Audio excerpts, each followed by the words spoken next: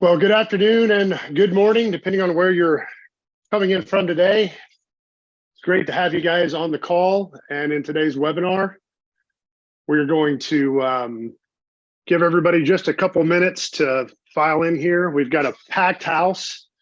Excited to share. We've got over 440 folks who have scheduled attendance for today's webinar.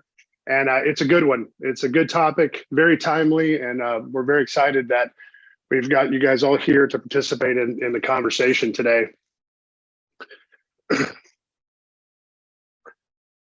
So today's webinar, we're going to be covering the topic of social media screening and how do we get the complete picture, right? So Guardian is a background investigation software that helps law enforcement agencies to efficiently vet candidates for the position. And we're in a new territory with social media. It's obviously a trend that's not going away. And there's a lot of questions out there right now with regards to, what can you do? What can't you do? Should you do this? Should you not do this? So we're going to take some time to go through that. And we've got a great panel.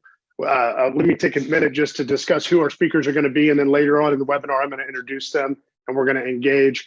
Just for those of you who have not had an opportunity to attend or meet me, my name is Ryan Lane. I'm the CEO at Guardian Alliance Technologies.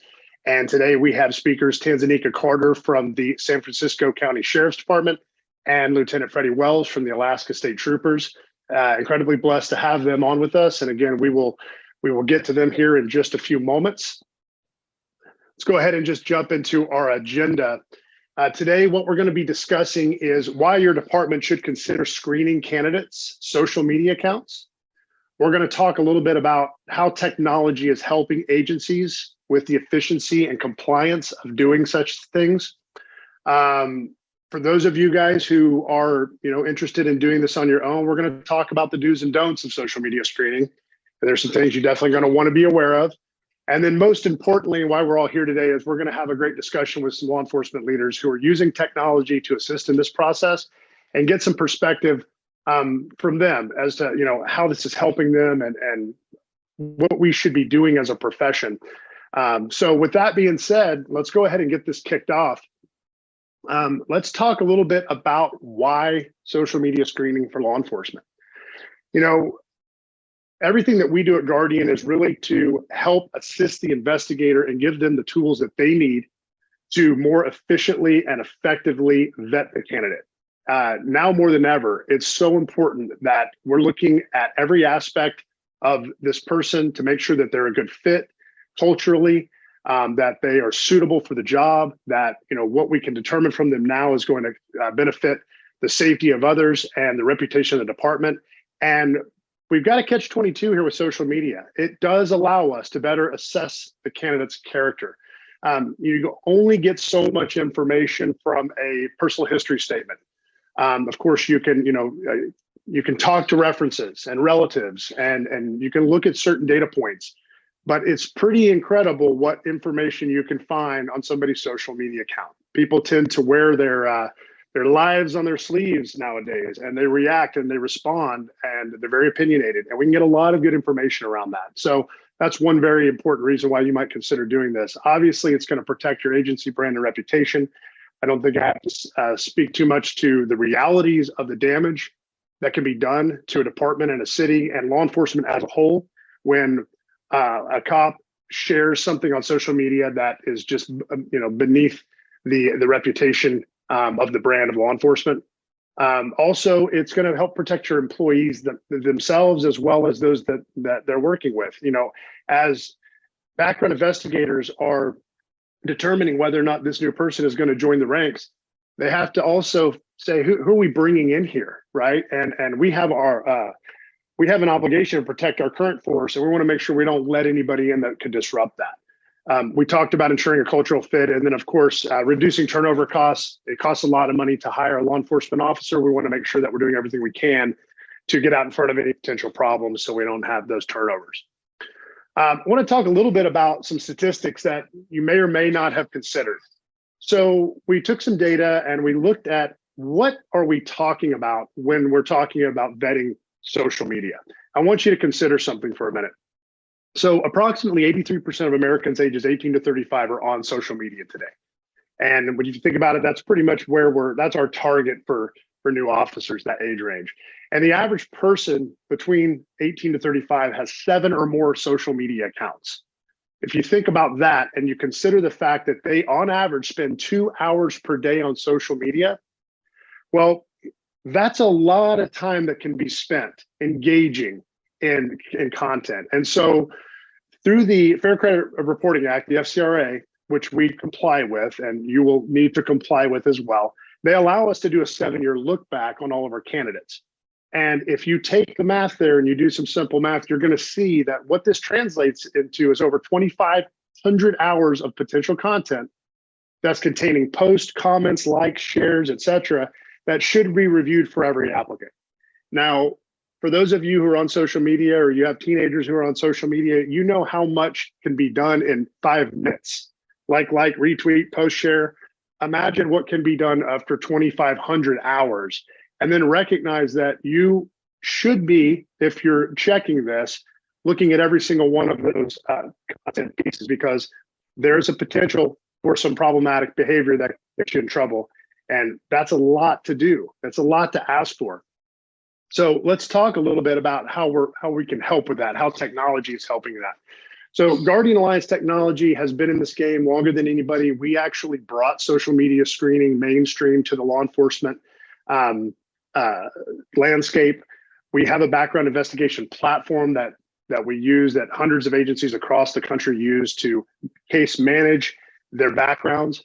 And we were the first ones to introduce it in an integrated form. We also have this as a standalone. So whether you're a current Guardian customer or you want to just use this and try this out, we absolutely can help you with that. But let's talk a little bit about what's going on here.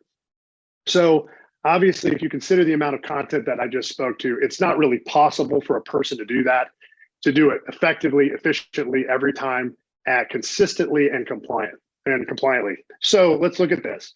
What do we do? The way that we're able to assist is we use artificial intelligence that is able to identify potential risk factors. So through the machine learning and AI, we can identify specific characteristics, behaviors, images, words, etc., that would flag potential problems to an investigator.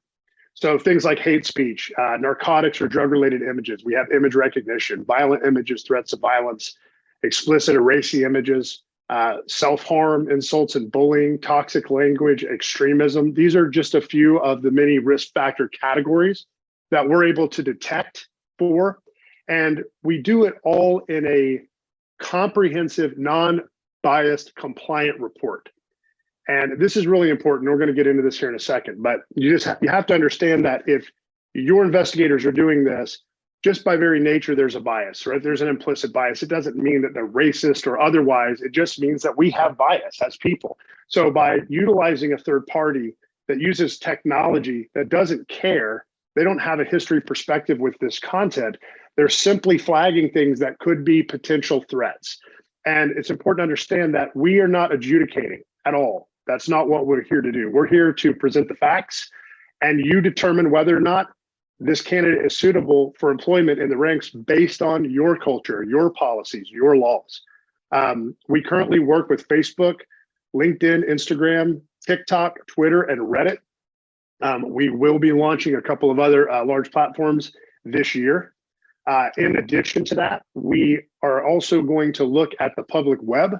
We're going to look for news articles and public forum searches. So all of that can be done in about under 24 hours. Our LSA is 4 hours, but it can take up to 48, depending on if we're having to do some breakdown analysis, and sometimes there's some further investigation that is required to ensure that we are returning the product that we promise.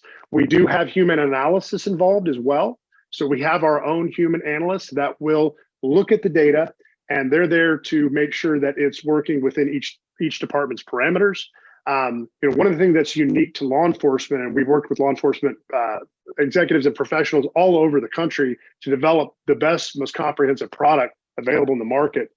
And what we're able to recognize in certain keywords is what we refer to as maybe a drug, like I'll use the example glass. Well, glass is, it's glass, but it's a drug, right? It's a slang term for a drug. So if there was a report and somebody was talking about the fact that, they had a broken windshield and glass was all over and a post on Facebook, that's clearly not going to make it into the report. But that's where our analysts come in to kind of help specify and ensure that we're talking to the right person and the person in question. So again, being able to do all of that 7-year look back with under 24 hours, it's not something that's doable by a person, and much less making sure that they are staying in line with all of the different guidelines and regulations. So if you do want to do this on your own, here's some things you need to consider. You need to absolutely make sure that you're obtaining written consent from every applicant. Don't assume it's okay, you must have this written consent. Most of you guys are taking care of that with your waivers, but make sure it's there. It's also very important that you're providing specific communications if you're taking adverse action. Very important for compliance with FCRA. Only pull public posts. This is incredibly important. If it's not publicly available, it's not permissible when it comes to a background for law enforcement. And then, of course, follow your FCRA and EEOC guidelines. Make sure you're checking with your legal department. Make sure you're up to speed on everything that's going on, because it only takes one slip up and you can obviously get yourself in trouble with that, and we don't want to do that. Here's the don'ts. Absolutely do not ask for passwords. Don't ask them to log in and scroll through their feed while they're being attended. Obviously, no names will be mentioned, but I know that this has happened in the past. And in all fairness, it's the Wild West. This is a new area, but we're here to tell you these things will get you in trouble. So don't do these things. If they come out, it's not going to be a good situation. Don't break through any privacy walls. There's no private groups, private posts, etc. We don't want to try to friend somebody and then find their information. Guardian's reports will absolutely not return private information. So if they've marked their settings to private, we're going to show you they're marked as private. And as an investigator, you can use that information to ask some questions, but we're not going to break those, and you should not do that either. And of course, don't ask them or compel them to make their settings public. That's their right if they choose to do that, and you have to work within that. So these are very important things that you want to make sure that you're doing or not doing if you're not going to utilize and outsource your service. Moving along, let's talk about the legalities. Is it legal? So disclaimer, I'm not an attorney, but it is absolutely legal, permitting it's done correctly, okay? And again, if you use a service like Guardian, one of the benefits is that we've gone through the process to ensure that what we're delivering to you is legal. If you're going to do it yourself, be very careful. It will absolutely open you up to violations from regs and guidelines. And again, outsourcing is going to help protect against bias and ensure compliance. One of the things I want to talk about here is why you might consider using our service as opposed to doing it yourself.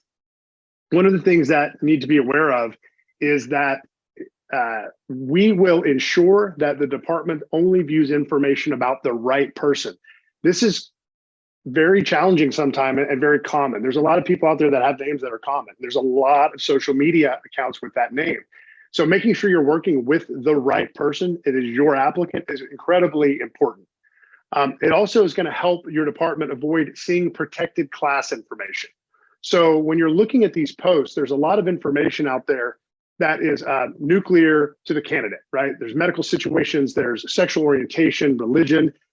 These are protected classes. And this is the thing you need to understand, is that even if an employer unintentionally sees sensitive protected class information, which can very easily be done just by looking through somebody's Facebook thread, a plaintiff's attorney can still take that position that the decision-making process was tainted. So how do you shield from that? Well, it's not really possible to do that if you're doing it on your own. So again, working with us, we're able to only provide you with a report that has been cleansed of any of this protected class information.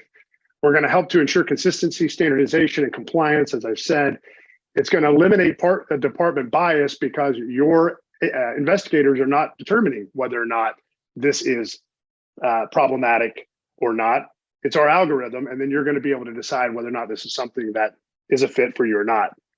And then, of course, saving time or money. The question I would ask yourself is, if you were able to do all of this, and I guess you could, how long would it actually take to get it right every single time and make sure you're not missing anything? Well, I can tell you that for the cost of less than 2 hours of labor, we're able to do that for you in a consistent, standardized, compliant way. So if that's something that's of interest, I definitely would recommend that you learn more about that. You can visit our website and learn more. We're not going to get into this today, but I do want to mention that are additional use cases for the technology Guardian can provide agencies with for criminal investigations. For those of you that are working in the probation and parolees area, we can provide monitoring to make sure that they are staying compliant with their parolee and probation laws. And then we also offer for continuous workforce evaluation for those that would be interested in learning more. Again, you can visit our website at guardianalliancetechnologies.com. You can request an online demo and learn more about our platform. We're happy to schedule a one-on-one call and answer all of your questions. And again, there's no long-term contracts or obligations. If this is something that you'd like to try out, we strongly recommend that you look into it. As we're about to discuss, this is becoming mandated in certain areas, and you want to make sure that your department is staying with the times, staying current, and doing it as efficiently as possible. So with all that being said, I appreciate you guys taking the time to hear me out. What I'd like to do now is get into, in my opinion, the reason that we're all here, and that's to have some discussions around what we've been talking about today. And this is going to be the first of many conversations that Guardian will be facilitating on this topic. So stay tuned. We'll be having many more panels, and would love to hear from you as well. We'd like to reach out to folks that are on the call and get your perspective. So with that being said, I'd like to introduce our panel, and we'll just jump into some of these conversations. First, I'd like to introduce, and not in the order that I have, is Lieutenant Freddie Wells. Lieutenant Freddie Wells has served with the Alaska State Troopers and Alaska DPS for over 24 years. He's been a supervisor for DPS recruitment unit since 2020. Wells graduated from the 280th session of the FBI National Academy and the 114th Administrative Officers course at the Southern Police Institute. Additionally, Lieutenant Wells possesses an advanced certificate from the Alaska Police Standards Council and holds a bachelor's degree with honors in criminal justice and strategic intelligence from Liberty University. Lieutenant Wells is a member of the Fraternal Order of Alaska State Troopers, the Alaska Police Officers Association, the FBI National Academy Associates, and the National Organization of Black Law Enforcement Executives, otherwise known as NOBLE. We're excited to have you here, Freddie. We appreciate your participation. Look forward to getting into this with you. Next, I would like to introduce Assistant Sheriff Tanzania Carter. Tanzania served in law enforcement for 26 years and is currently the Assistant Sheriff for the San Francisco County Sheriff's Office. She is responsible for and supervises the custody, field, and administrative divisions. She also assists with Racial Equality Action Plan for the Sheriff's Alliance for Equity team and facilitates the 30 by 30 Initiative Committee. She's a graduate from Sherman Block Supervisory Leadership Institute and the FBI National Academy Session 282. Tanzania is a lifetime member of the National Organization of Black Law Enforcement Executives. She's also a member of the National Association of Women Law Enforcement Executives, known as NALI, the International Association of Chiefs of Police, or IACP, the Carolina Staff Association, State Sheriff's Association, and also serves on the Cal Poly Advisory Board for the Women and Leadership Executive Education Program. Tanzania, we appreciate you taking your time to be with us today. Thank you so much. So with all that being said, let's go ahead and get into our discussion today. There's a lot to be said about what's going on with this topic. And it's great to have you guys on because you represent kind of where we're at and the shift of what's taking place. Just recently, January 1, California Post has mandated that all law enforcement agencies in the state require social media screening. They don't require use technology for it, but they do require that you do it. And so it's interesting to kind of get that perspective from Tanzania. And then Freddie is in Alaska, where that has not been a requirement. Not to say it may not be, but we're starting to see this. There's a lot of conversations around this. So I'd like, if you guys don't mind, Tanzania, we'll start with you. If you could just take a moment and share with us a little bit about, you guys have been doing this. I want to give you a shout out because you've been doing this since before it's been required. You've been doing this for a couple of years now. And so I salute that because I think it's an important part of the process. But Can you share with our listeners how social media has affected your approach to vetting and hiring a candidate, and what kind of positive results have you seen as a result of the process? Thank you for that, and thank you for allowing me to be on this panel today. For us in the San Francisco Sheriff's Office, we are very progressive, and we have core values of being compassionate and integrity, and all of the wonderful core values that a lot of law enforcement agencies have. And with Guardian, using Guardian and their social media, technology, and looking on social media, it helps us to find the right candidates, the best candidate for the San Francisco Sheriff's Department. We want someone who is professional, someone who has pride and has service. And when we get the information from the social media, it allows us to see people for who they are. As you stated earlier, there's this public wealth of information on people's private thoughts and the things that they do. And we want to make sure that people represent the sheriff's office in the way that we want to be represented. And so with Guardian, with social media, we're able to quickly actually kind of get a broad sense of who people are, who they're representing themselves to be. Because we know in social media, sometimes people may misrepresent themselves to be maybe better than what their situation is. But we want to know who they are representing themselves to be, and are they fitting in our core values. Thank you for sharing that. I appreciate that perspective. Freddie, what have you guys seen in Alaska? And you guys have gone on now 2 or 3 years doing social media. So how's this affected your process? Yes, I want to say thank you for allowing me to participate in the panel today. The social media screening platform has really enhanced our vetting and hiring process. It gives us a very good view of the applicant, and we can see how they react to certain subjects and topics. Of course, the Alaska State Troopers, we have primarily benefited from the time that's required to do the social media checks. It has greatly given our background investigators more time to focus on other elements of the background investigation. So it's incredibly user-friendly. And so our department is looking for applicants that have integrity, courage, and professionalism. And this social media screening process gives us a real good look into how that applicant may react to certain topics and things. Ryan, Thank can you. I piggyback off that for just a second? Please, absolutely.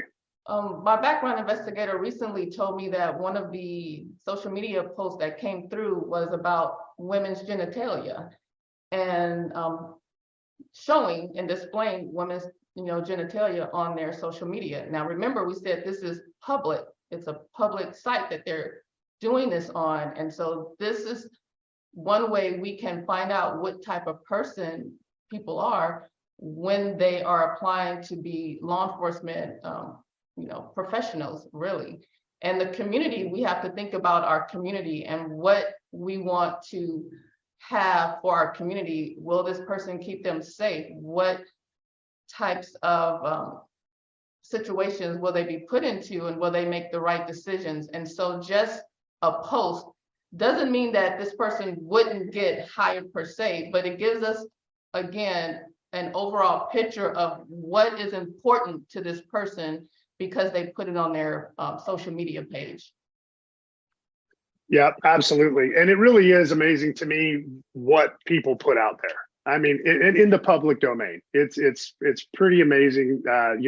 We've had situations where we've spoke to our partners, and they were ready to go. They were making a conditional offer, and then they ran the social media, and they were like, "Oh my gosh, if we had hired this person, and this was found out, what would this have done to us?" And so, yeah, I can't urge enough to make sure that you're doing that. So thanks for sharing that, because that's very real. We see that unfortunately too often. Okay, so here's a question that I think this is it's an ongoing conversation, and I think it'd be great to get both your perspectives on this. So, given the smaller applicant pool, I should say, that we have today, it's not the way it used to be, right? It's a lot harder to go out and find good applicants, as many as we used to see. Some folks have taken the position that we should not be reviewing social media because it's going to further restrict that candidate pool. And I'd like to get your perspective. Obviously, you're doing it, but as a whole, from looking at it from the profession, is this, do you think, a position that is worth taking? I mean, it's a tough one because we've got folks out there that we know we're short staffed, and we need more people on the street, but at what risk? And so, Freddie, if you want to start with that, what's your reaction to that perspective? Sure. You know, the Alaska State Troopers, we're really interested in hiring qualified applicants, and we have our requirements for that. And we use social media screening as just one of our many tools to complete the background investigation. Therefore, we believe that it's very helpful in our process. An example, we had one incident where a person kind of shared dislike towards policemen, or dislike, towards the career. And so we were able to take that information and vet it a little bit more, ask more questions, to the applicant. And the way we have our social media screening set up is it happens during the background check. It happens kind of up front, so we can have all of that information that the screening provides to share throughout the rest of our hiring process. So it works very well for us, and it allows our whole team to get a good view, like I said before, of the applicant, and it also presents things that we can vet out even more by having that information up front. And what do you think about this, Tanzania? This perspective that, but we don't have anybody, but we're too short staffed. I mean, we what are we supposed to do? Yeah, I think as law enforcement professionals, we can't think like that because it's too important that we keep our community safe. And so quality wins over quantity all day long. And with this, like Freddie said, this is just another tool of a way that we can understand who this person is and will they be best for our departments and best for the communities that we serve. We do our communities a disservice when we don't find every way possible to get the best and qualified persons out there to be law enforcement professionals. It's really that important, especially with everything that is going on in our communities today in this country. We, as law enforcement professionals who are at the top looking to make sure that we keep our communities safe, that they are trusting us, that we're building the trust, that we have to find the best people possible. And they won't be perfect people. Like Freddie said, there may be something in their social media that would cause us to pause or ask additional questions just to get a feel for the person. But it will be a way for us to really dive a little deeper. And we owe it to our communities who want to be safe, who are asking us to keep them safe, who want to trust us. And this is a way that we can help build the trust, is by doing everything possible to make sure that we are allowing people who are supposed to be police officers to be police officers, and get rid of, before they even get on our departments, those rotten apples that we've talked about before, because we know that one person can destroy all of the hours and time we have spent to build up the trust in our neighborhoods. And so it behooves us to make sure that those people are not even on the force at the time. We can do all that we can to make sure that happens. And not saying that it will be perfect and we won't not, people won't slip through, but at least we're doing everything possible at this moment to find the best and qualified candidates. Well said. You just touched on something as well that I think is worth bringing up. I like to talk about it a little bit, and that is the impact.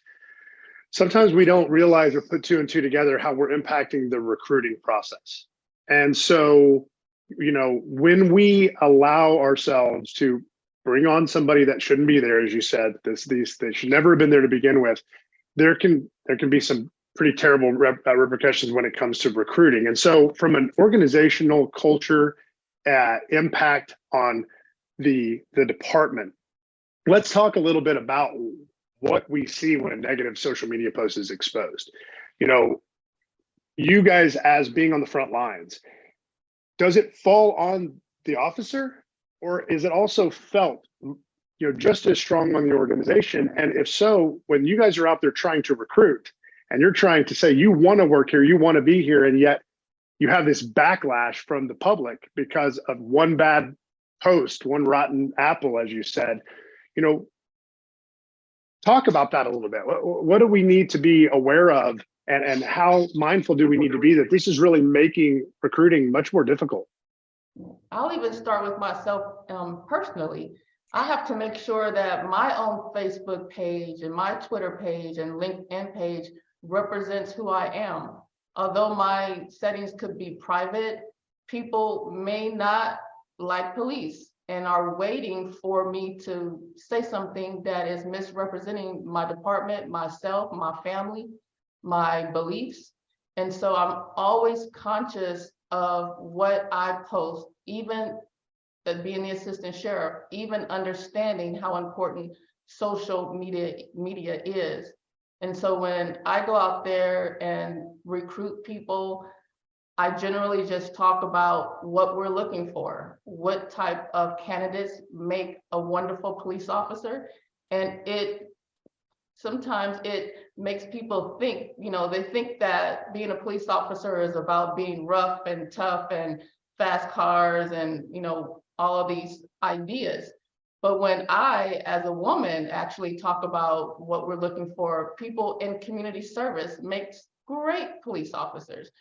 People at Starbucks, these are hidden gems. And so when we have conversations with people about recruitment and what we're looking for, being honest with them about the type of qualities and core values that we're looking for, I'm hoping that the people are looking at themselves to say, am I representing what she's talking about? And if not, I need to change.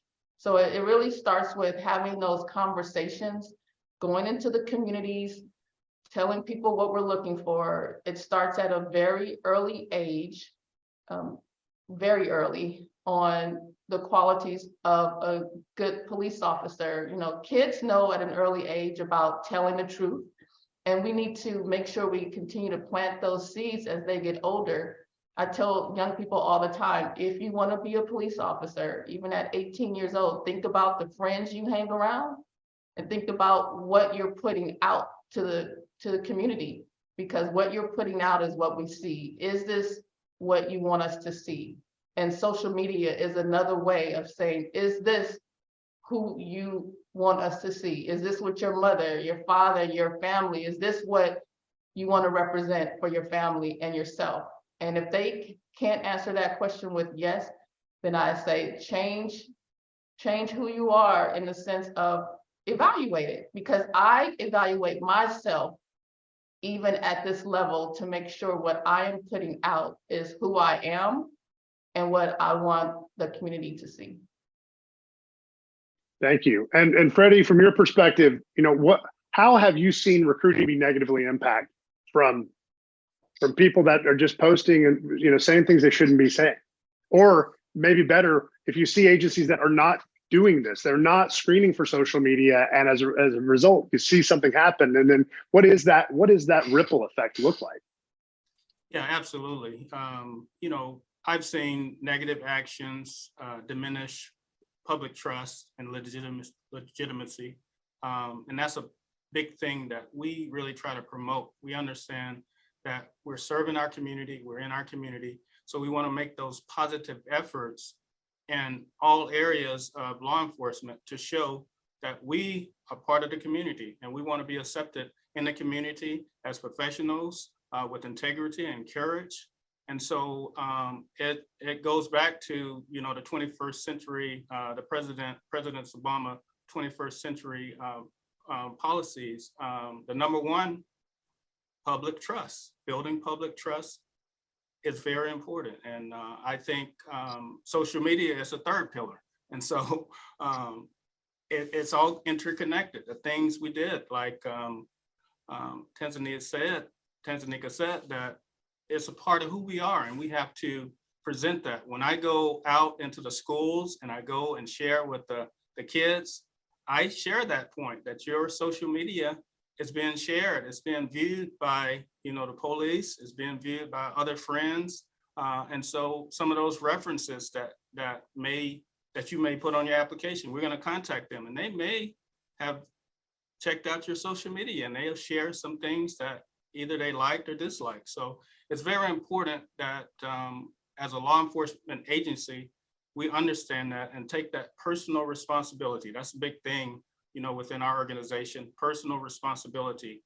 What I do affects people not only in Alaska, but in other states too. I know I saw a bad incident on the news, and I felt bad about being out in public because it was a sad situation that, you know, no law enforcement officer should be involved in. So we take those things personal as an agent of public service to help and support our communities. We take that very personal in the image that we share with our community. So I think the big outlook from our social media platform, we get to see the applicants kind of with, for lack of better words, with their hair down. We get to see how they really are sharing and interacting with friends and people. And so it's helpful, like I said before, not saying that we will kick the person out for something they may have said, but that's something that we can check out a little bit further, go a little bit deeper, and maybe ask them a question about that. So that's my outlook on it. I appreciate that. And kind of continuing along that vein of recruiting, you know, always trying to figure out how do we turn this around? How do you think we can use what we're learning from the applicants who are failing the social media screening process to educate future applicants and improve the recruiting? I mean, obviously we have to start younger now, right? We recognize that, you know, we're not necessarily looking for someone that just turned 20. We're starting to look to, we've got to build a pipeline. So you guys are seeing this stuff every day. Based on what you're seeing, where they're failing, how they're failing, what they're posting, what are some things all of us on this call can be doing that we can start to implement in our communities from a recruiting perspective to help educate tomorrow's officers? Do you have any thoughts on that? So just one thing before I say that, Ryan, when you say failing, I just want people to realize too, so we're not failing people just because of the social media post. It's another way of looking at the person, and we take all of that information into consideration. Sure. So I don't want anyone to think, oh, see, you saw my social media post and now I got X'd out. It's a broader view of everything compiled together. So 100%. And thank you for clarifying that, because you're 100% accurate in that. But for those that where you're going, well, everything was looking pretty good, right? But there was this element that just kind of, it's not going to allow us to move forward. What can we do to try to stave that off in the future for folks that maybe haven't done that yet? Like, they don't have those posts out there and they don't know any better. Like, how can we put this knowledge into action? I think we're doing just like here. We're having these panel discussions. We go into the schools and have education.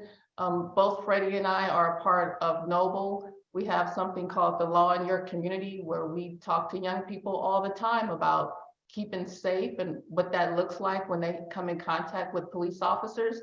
And so one additional step could be what happens when you want to be a police officer, you know, really connecting with the young people on those pipelines of, if you want to be a police officer, these are the type of core values that we're looking for. Having mentoring programs and coaching programs, it really starts at that young age where they're vulnerable, but they're ready and open to learn. And so for us, I think it's pretty easy to go into the schools and the churches to talk about what we're looking for in policing, and talk a little bit about social media, that being the eyes of the soul, if you will, of who you are representing yourself to be. It would be great if parents could be involved with that as well, because it's about partnerships and making sure that our parents are on board with what we're dishing out and telling our young people. But the education and the training is very, very important to our young people, going in there as law enforcement, talking to our young people, and then educating all of us on the cause, you know, maybe those who didn't know in other agencies about the social media and all the wealth of information they can gain just by having that information to make a better assessment of the persons that they may or may not want to hire. So that would be my take on it. Thank you. Freddie, got anything to add to that? Yeah, I just also add to what she shared. She shared some great information. We like when we go out to like schools, we share our process with the high schoolers.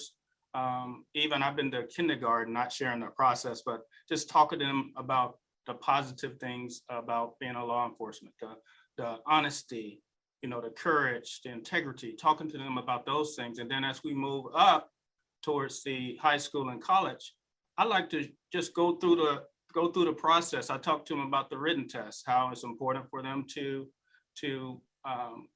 get their education and apply themselves. We talk to them about the application process, about the different steps and the things that they have to share within their application. Of course, we talk to them about physical fitness, and then the minimum qualifications, some things that they can't do, some things if they get in trouble, if they get a felony, they can't join the state troopers. You know, some things to avoid. And even in that process, we share the aspect about social media, because it's a big thing now. Everyone has a social media account just about. And so it's important that they know that some of the things that they put in their accounts could be harmful and could be detrimental to them getting a job as a law enforcement officer. So it's important that they know that. And then we share during the background investigation, we share the steps. The background investigator is going to talk to you about your finances. He's going to talk to you about your education. He's going to talk to you about your traffic citations. He's going to talk to you about, you know, some things that you may not be proud of. We've all made mistakes. We've all fallen short in some areas, but that won't kick you out. But it's important that you be honest, you know, with your background investigator. So we talk to them about all of those aspects, and we talk to them about the social media. Social media is a part of our background investigating phase. And so we do it up front, because the next phase that we let our applicants know, and the high schoolers know, and the college students know, is we have a command file review where we have a team of senior state troopers that will take all of their information that's been gathered through the background investigation, the application, the physical fitness, the written test, and they look at all of that. And we have 3 that review it and say, hey, this is an applicant that shares the values that we have. We think this applicant would be a great Alaska State Trooper. And so that's the middle phase of our background, of our process. The next, we invite them, and we have people coming from all over the country, coming to Alaska, because this is the last frontier. We have great fishing and hunting. We have great military bases here. We just have so many things that we can do here in Alaska. And so we talk to the people when they come up for final testing. They have to do another physical fitness test. Throughout that process, we're sharing little nuggets with them. We're observing them. We're, you know, checking out, you know, what they're going to bring to the Alaska State Troopers. We interview them. And then during that interview, we may use, you know, something that was brought forward in their social media as a question to them during their interview. So it's important, and we're able to vet, you know, that issue that may be flagged in social media more. And so the social media platform is it's a plus. I encourage agencies to get on board with it. I appreciate you sharing that. Go ahead. No, I'm just gonna say, and just to follow up, when we know that information that they put out there and say they do take this, the lie detector test, if they lie about something, it just even enhances the fact of they shouldn't be here because integrity is number one for a police officer. So you can use the social media information in so many different ways that only helps us to find the best, and most qualified applicant. Yeah, absolutely. And, also too, we've been talking about kind of more the negative, right? Because that's where the focus goes, but there's a lot of good things that we can find out about an applicant from their social media as well. Even if it's something that they posted that's not great, sometimes it's an opportunity to educate and help them understand, like, well, when did you post this and what was going on in your life when you did that? Again, we're people, right? And so we're not perfect. And that gives an opportunity for them to be transparent and say, you know what, I was dealing with this. I was pissed off when I did it. It doesn't mean, to your point earlier, it doesn't mean you failed, right? There could be an opportunity to learn from that. And again, especially when you look at California Post and what they're talking about, they're very clear on this. There could be the opportunity to show maturity. And so just because they posted something bad doesn't mean that they're done, right? In addition to that, on the positive side, we're able to see people that are engaged in the community, that are out there and they're volunteering and they're doing good things as well. And that speaks just as importantly, I think, to the overall character when it comes to the cultural fit. Do they have a servant's heart? What are they doing out there to serve their community, right? So it's not all just about finding dirt on somebody, right? It's really this 360-degree perspective on who this person is. So I appreciate you guys sharing that. And again, what I heard there was educate, educate, educate, get out in front, make sure people understand. That's great, Freddie, that you guys really lay out the process. I think every community should be doing that. Just going to help prepare that next generation of officers so they're ready to come on board and we can do it quicker and find a better fit. So there's been a couple of, we're going to open it up for some questions, but there's been a couple of questions and comments, and I wanted to ask if you guys could share a little bit more. And again, whatever comes to mind of maybe some stories. There's some folks out there that they're not doing this yet. And they're thinking about, yeah, this makes sense. We maybe should be doing it, but there's nothing more compelling than stories. So can either one of you maybe share one more story where maybe you were going to hire somebody and you didn't, or you found that because of social media, you were able to make a better hire? Or is there anything that comes to mind? Of course, no names, no identifiable information, but I think it's really helpful for folks to hear that. I don't have another story per se. There's been a couple that have crossed my desk, and I know that I love the report with Guardian because everything is laid out with what was said and when it was said. It's very clear and concise, along with some of the other things that are being said or stated. I would encourage anyone who's on the fence, though, to thinking about having a company like yourself to do this type of work, that they should jump on board, because it's really even opened my eyes and to my family. Have family members who use Facebook to have little Facebook wars and say things, and I'm actually starting to educate my family, not that they want to be police officers, but is this what you want to represent on social media pages? So no additional story, but it absolutely helps us to make a better decision on the type of person we want to work for our department. It really helps us to see what they are representing, and is this the type of person that we want to send out to the community, especially when the community is hungry for people and police who have integrity, who have compassion, who are empathetic. And if those posts are not showing that, and you find out in your investigation, and it makes it easier to say no to this person because you already understand it's not a good fit.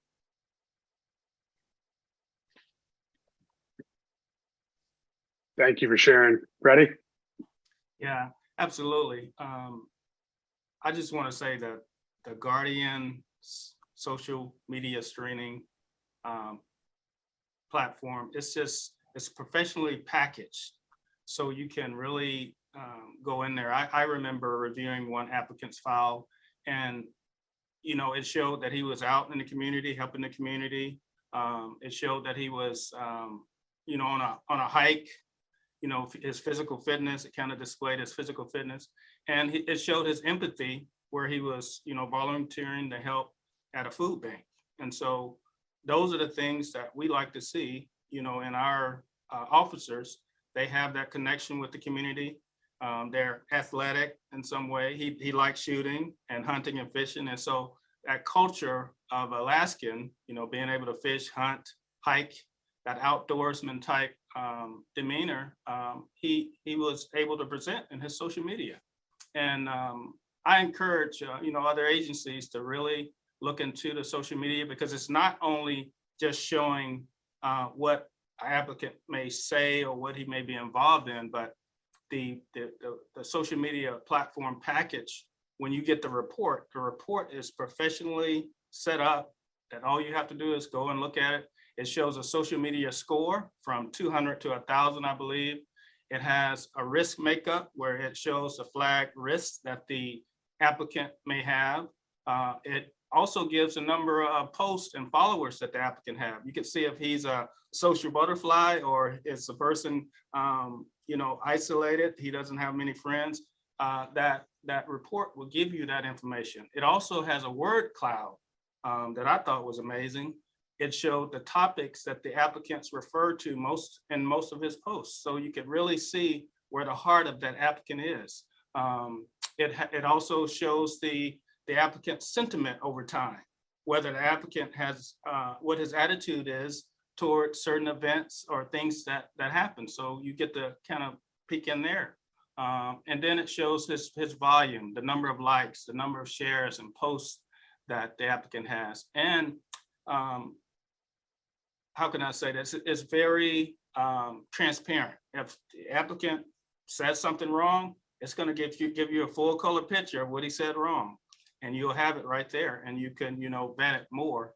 But I really appreciate the information and the way that the social media streaming platform is packaged. It's a user-friendly program that I believe will be a plus for any agency.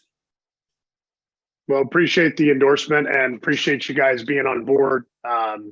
We're grateful to have you guys, and just it's really rewarding to see how you're putting it into play, right, in your process. This is exactly what was intended for, and it's great to see that it's working. So we've got a few minutes left. We do have some questions, so I want to do my best to get to these. Please be sure to put your questions here. If we don't address them now, we will absolutely be following up with each and every one of you with some additional information, and make sure you get your questions answered. Some are easier to answer offline than others due to the complexity. And also, again, disclaimer, I'm not an attorney, so I will do my best to answer some questions, but always make sure that you're checking with your legal department on anything that has to do with legal guidelines, federal laws, et cetera.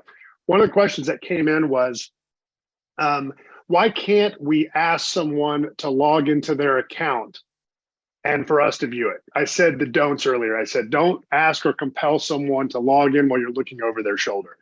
Well, I'm sure you can ask them, but here's the thing you've got to consider. They can also say no. And the reality is we're getting into a gray area here, because if I'm sitting here and I'm applying to become a law enforcement officer, and I've got Lieutenant Wells sitting here and I'm a little intimidated by the lieutenant, and he's like, hey, I need you to sit down and log into your account. I'm going to take a look at this. I may feel pressured to do that. And that's impinging on my right to say no. But if I say no, I may feel like I'm disqualifying the opportunity there. So it's a gray area. It's one I wouldn't go down personally.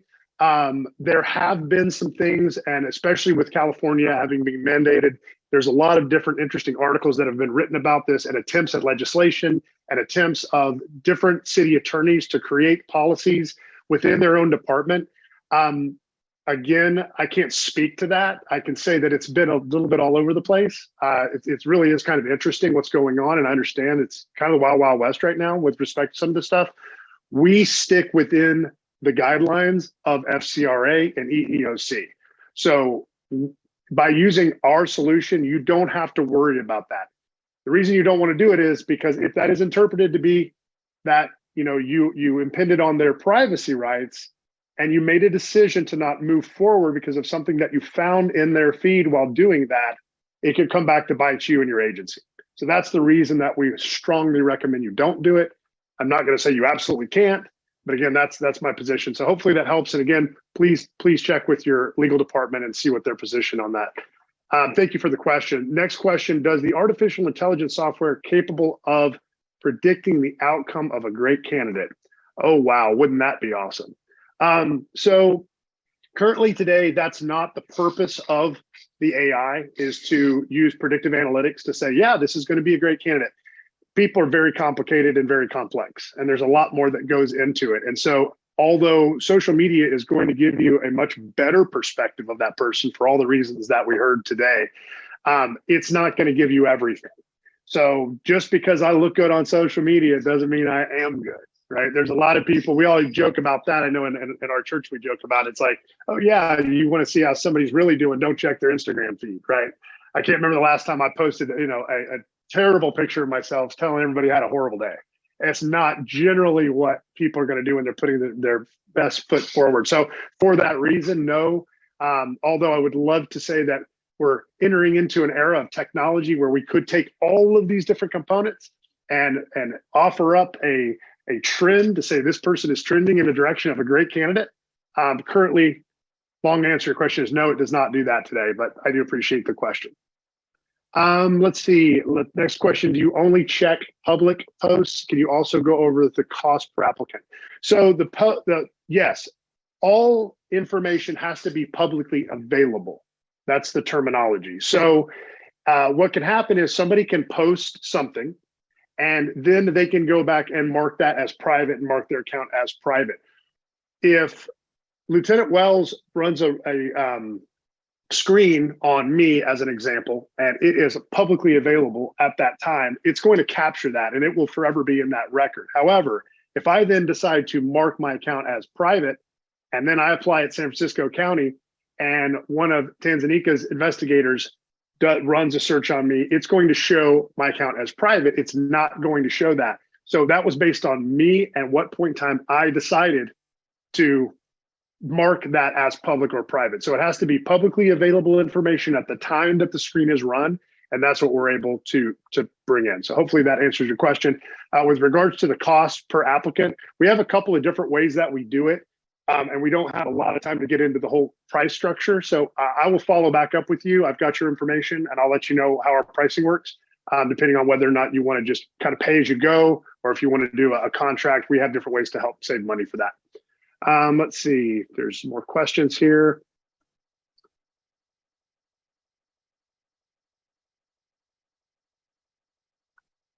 How does the software distinguish between real and fake accounts? That's a great question. So part of that actually works with our analysts. So there are different identifiable points that we're able to. We have to make sure that we can identify at a minimum of 3 different points that this person is who they say they are and that this account is attached to this individual. There is a very detailed process that we go through. It's kind of the secret sauce, but that every one of our analysts has to go through to make sure that that is in fact the person. And we're not going to include them in the report unless we're able to cross that threshold. So there's a lot more that goes into it. It's not just the technology, it's a combination of the human in the loop as well. So great question. Again, happy to follow up and have this discussion with you as we have more time. We're running out of time today, so I do want to thank our panelists. Thank you so much for being here. All of you guys who have attended the webinar, we appreciate you, what you do every day. Keep on doing what you're doing, stay safe, and we look forward to seeing you at our next webinar as we continue the conversation. God bless you guys. Have a wonderful day. We'll talk to you later.